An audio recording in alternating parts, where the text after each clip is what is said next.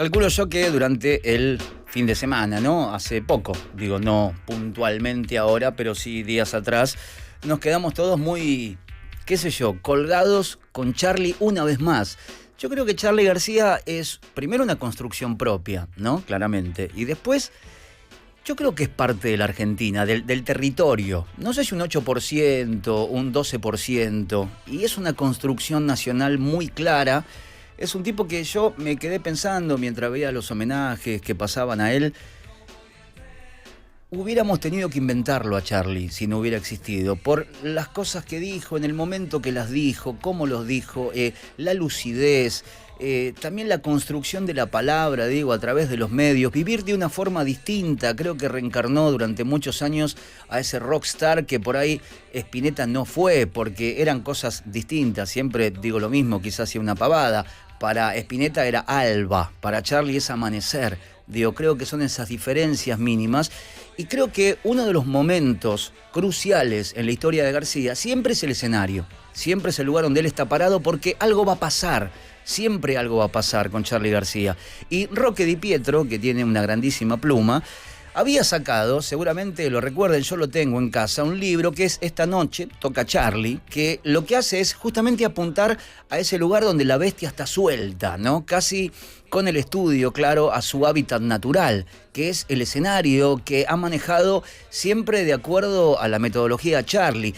Pero lo que hizo en este caso Roque es ampliar la edición que estábamos viendo justamente, que iba hasta el año 93, desde 1956, y ahora hizo esta segunda parte porque ha recibido también otros testimonios que no tenía en ese momento. Es un work in progress también la historia de García, y por eso estamos viendo esta edición ampliada de Esta noche toca Charly, un viaje por los recitales de Charly García, tomo 2, Say No More, 1994-2008, y tenemos el beneplácito de tener del otro lado al querido Roque Di Pietro. Roque, Dani Jiménez por acá, mis respetos y muchísimas gracias por atendernos.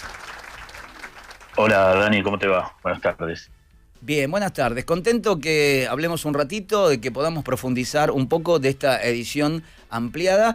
Y es como ese lugar que muy pocos músicos en Argentina, ¿no? Por lo menos músicos de rock pop, si querés, hayan hecho tan propios, que sea realmente una celebración de lo impensado, que es un show de Charly. Sí, como vos decís, digamos que hay dos carreras corriendo en paralelo, ¿no? En la trayectoria de Charly. Una ocurre en el estudio de grabación y tranquilamente podemos decir que otra ocurre en el escenario. Y que van por andariveles paralelos, en simultáneo. Se cruzan muchas veces, pero muchas veces son como dos carreras aparte, como dos obras. Quizás las canciones son las mismas, pero es otra cosa lo que suena, ¿no? En el escenario son carreras que van por andariveles diferentes, quizás. Roque, no te hago esta pregunta porque tengas la respuesta, básicamente, sino porque supongo de haber salido como, qué sé yo, la consecuencia de tanta investigación que hiciste también. Digo, Charly es una de esas personas que acá en Argentina tenemos de primera mano, no es como el Obelisco. Digo, Charly está ahí siempre, si bien los últimos años sabemos que han sido un tanto más tumultuosos, más espaciados en cuanto a los conciertos y demás.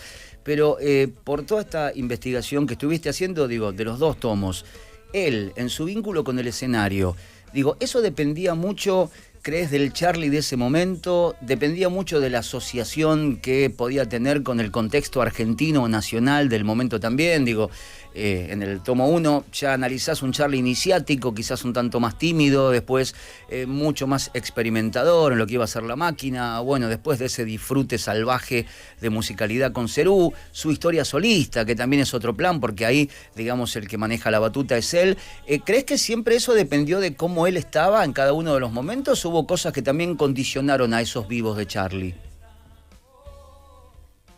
Yo creo que en el caso de Charly se da la situación particular de que se nota el estado de ánimo de él en el escenario, o sea que en ese aspecto no es muy profesional, porque no es que deja sus problemas a un lado y bueno, sube a hacer su espectáculo Claro. durante 2 horas y después continúa con su vida.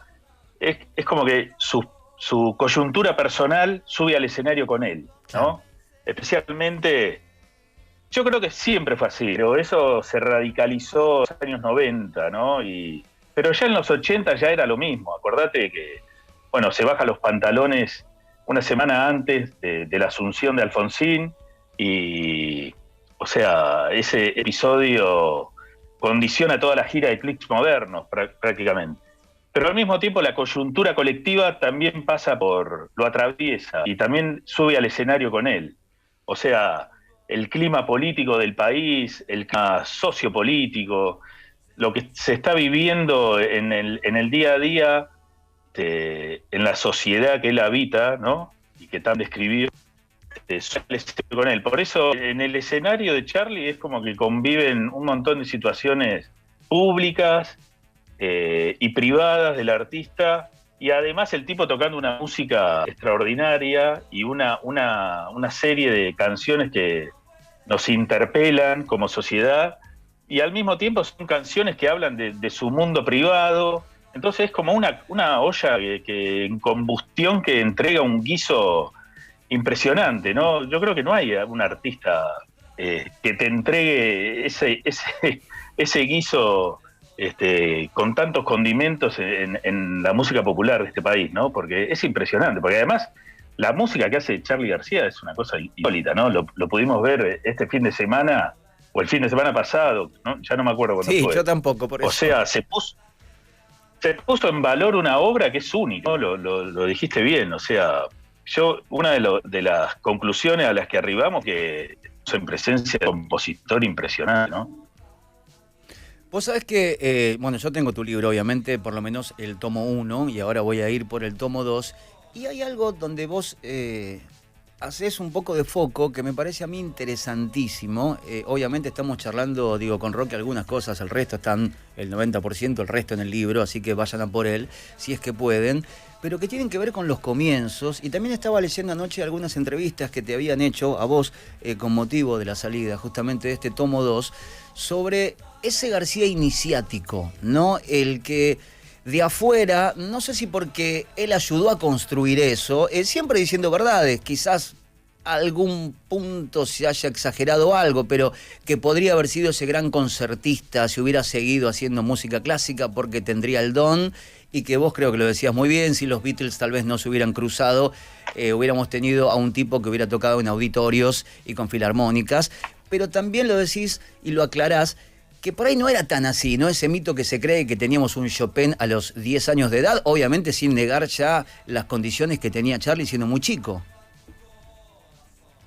Sí, yo una de las cosas que me propuse con el tomo 1 fue, de algún modo, desarticular el mito de el Charly niño prodigio, que no con los Beatles, iba en camino a convertirse en Martha Argerich, la versión masculina de Martha Argerich. Claro. O sea, yo no digo que eso no haya sido verdad o que no pudo haber sido verdad.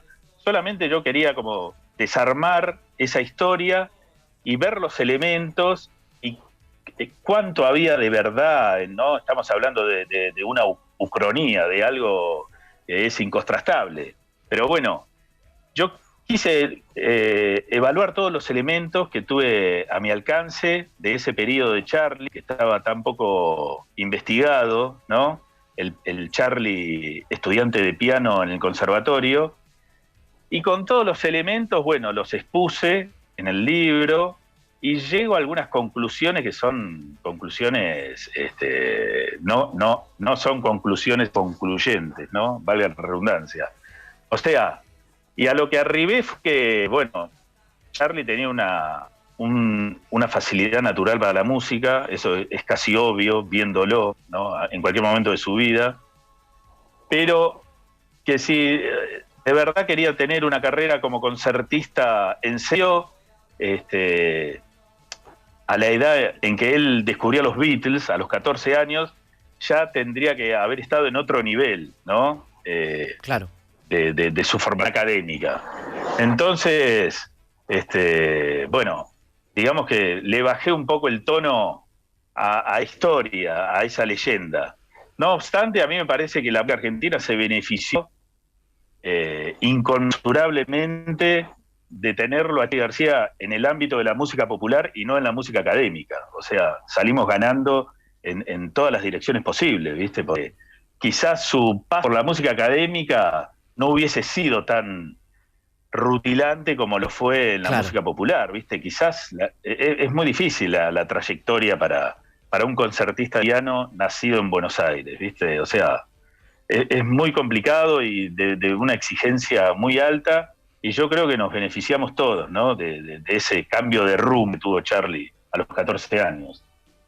Roque, ahora en un minutito nada más te quiero preguntar algo sobre esta segunda parte, digo, de los 90 o 94, donde habías, digo, dejado el tomo 1 en adelante, pero te quería hacer esta pregunta que tiene que ver sobre un momento de Charly, en realidad, y de los proyectos de Charly, donde no tenemos nada para ver y donde no sabemos cómo eran los vivos, la verdad, que es la década del 70 de Charly García. Más allá, digo, una imagen del barro que recién veíamos, yo me acuerdo que le hice una nota al Ruso Lebón en algún momento y le preguntaba, cuando ellos salían a tocar con Cerú, ¿cómo era salir a tocar fuera de Buenos Aires? No sé, que te toque Santa Fe, que te tocara Córdoba, que te tocara Neuquén, es decir, supongo que encima el desarrollo tecnológico y profesional del vivo en Argentina no era muy desarrollado, digo, no lo era en gran parte del mundo. Acá supongo que seríamos un poco más precarios, no primitivos, pero sí precarios de conocimiento, de tecnología y demás.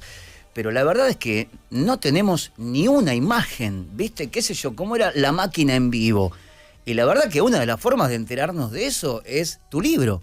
Realmente, porque, digo, ahí hay testimonios, Bueno, podés dar un poco de cuenta, porque viste que no quedó, no hay absolutamente nada. Pasa también con Invisible, con otras bandas, pero es para mí un gris gigantesco y supongo para un montón de gente fanática de Charly que también. bueno, diste exactamente en la tecla, porque, bueno, la ausencia de material audiovisual de La Máquina de Hacer Pájaros es uno de los grandes baches de nuestra cultura Sí. popular, directamente, ¿viste? O sea, no podemos ver ni un programa de La Máquina de Hacer Pájaros. No sabemos cómo era en vivo, o sea, lo podemos escuchar a través de acciones, pero no lo podemos ver, ¿viste? Y en La Máquina, con Charly, en Paz Fragli, conocimos, digamos, en la edad moderna, porque es el Charly que empieza a curtir el escenario, ¿viste? A deambular el escenario, a bailar. Ahí, en La Máquina de Hacer Pájaros, le empiezan le aparece el mote de cirquero a Charly, porque bailaba, ¿viste? Porque le ponía el cuerpo a sus canciones. Es Charly, digamos, consecuencia natural del Charly que podemos ver en la película Dios sui generis, que felizmente ese último concierto es una película, Sí, ¿no? menos mal. Insólito, claro, afortunadamente, pero no es común, no tenemos filmación así como lo tenemos de sui generis. Pero La Máquina de Hacer Pájaros no lo podemos ver, lo mismo Invisible, ¿viste? Es curioso que esas dos bandas tan representativas de la década del 70 no están filmadas, no hay ni un minuto de ellos, ¿viste? Es un gran bache. Por eso también la reconstrucción de cómo los vivos, o sea, cómo era la lista de temas, yo qué sé, el sonido, el espacio que había entre cada tema, ¿viste? Era otro mundo, nada que ver a lo que conocemos, digamos, en la edad profesional del rock argentino, que lo podemos situar a partir de 1982, ¿no? Como que ahí empieza la edad profesional, la Claro. profesionalización, la industria. Como que empieza. Esto era, no te digo amateur, pero lo que dije antes, ¿viste? Recursos escasos, técnicamente todo era muy precario. No obstante, la música era gloriosa, ¿no? Una cosa no quita la otra. Sí, y pensaba en lo que decíamos al comienzo de la charla, lo único que es Charly García, que hace poco, por motivos que no recuerdo muy claro, me fui al show del 82, ¿no? Y a estar, yo pensaba en el público presente, ¿viste? Y sentir un sonido como de un avión. Digo, estábamos viviendo uno de los momentos de los años más convulsionados en la historia de Argentina. Y el tipo, digo, jugando con eso también, al mismo tiempo, casi sin división. Sí. Lo que vos decías, es como que el propio Disney de él lo que hablábamos al comienzo, ¿no? Claro. Sí, sí. Seguramente estás hablando del show de Ferro, El show de Ferro. 1982, en el que Charlie pone en escena un bombardeo, ¿no? Una locura. Eso fue en la Navidad del 82. Y bueno, la guerra de Malvinas había terminado el 10 de junio, o por ahí, ¿no? En junio del 82. O sea, la herida todavía no había cerrado, o sea, estaba todo latente. Y García ya, como comentarista de una realidad argentina, pero no de la realidad, ¿viste? Si querés, o sea, una realidad absolutamente densa, ¿no? Charlie siempre se metió con aquellos temas que estaban ahí a flor de piel y a los que nadie sabía cómo tratar, ¿no? Claro. Porque Malvinas, todavía hoy no sabemos qué decir de Malvinas, ¿no? Y Charlie ya los comentaba casi en tiempo real, que es la virtud que tiene Charlie, ¿no? De tratar las cosas en tiempo real. Acordate del disco Películas, que retrata la vida en la dictadura en tiempo real, es del 77, o Instituciones del 74, ¿no? Con la AAA en las calles, y Charlie relatando eso como si fuese un cronista, ¿no? Pero tampoco es un cronista que baja línea, no es un cantante de protesta, Charlie, Tal ¿no? cual. Por eso su obra no vence, no caduca, porque no tiene la línea gruesa de la protesta, ¿no? Tiene una línea alegórica o metafírica que la hace imperecedera, ¿no? Es como que nos está hablando constantemente, a pesar de que pasa el tiempo. El año que viene se van a cumplir medio siglo de su irrupción en la escena profesional de la música popular. Y la obra de Charlie todavía parece, ¿viste?, escrita en tiempo real, escrita ayer.